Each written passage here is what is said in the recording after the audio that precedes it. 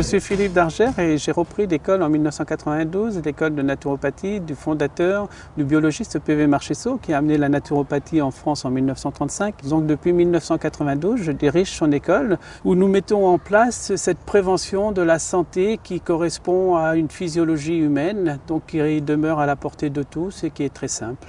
Contrairement à, je dirais, à l'allopathie, la naturopathie essaie de responsabiliser l'individu en lui emmenant des clés pour vivre.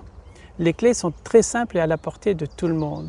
Chacun va devenir son propre médecin, c'est-à-dire que chacun, comprenant les lois de la vie, va éviter la maladie, va éviter les maladies qui pour nous ne sont pas le fruit du hasard, mais correspondent à un manque d'hygiène de vie évident. Toutes les maladies de civilisation sont à l'heure actuelle multifactorielles. On nous fait manger des produits industriels qui n'ont aucune valeur nutritionnelle. On nous amène des stress, on nous amène des pollutions électromagnétiques avec l'ordinateur, avec le téléphone portable. Pensez que lorsqu'un individu vit par exemple au 4e étage, les ondes cosmotelluriques ne passent plus, c'est-à-dire que nous sommes dans une véritable cage de Faraday.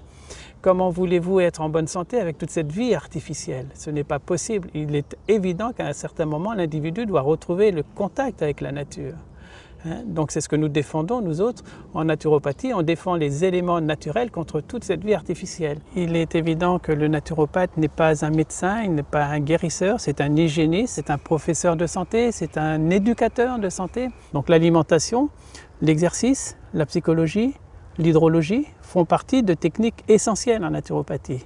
Viendront se greffer ensuite des techniques dites mineures, les plantes, les huiles essentielles, les fleurs de bac, la réflexologie, les massages, etc., etc. Donc au total, il y a 10 techniques qui ont pour but de venir équilibrer le métabolisme corporel de l'individu.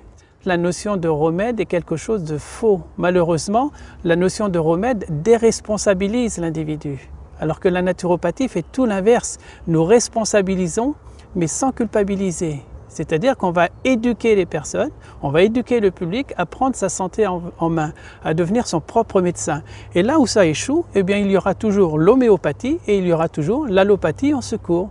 Donc à aucun moment nous rejetons les grandes médecines. Au contraire, on met chacun à sa place, chacune à sa place. Et je pense que la naturopathie est l'avenir en matière de santé concernant le grand public. Là, il y a un choix à faire au niveau de l'humain et de la société et de la civilisation. Que voulons-nous demain pour nos enfants ?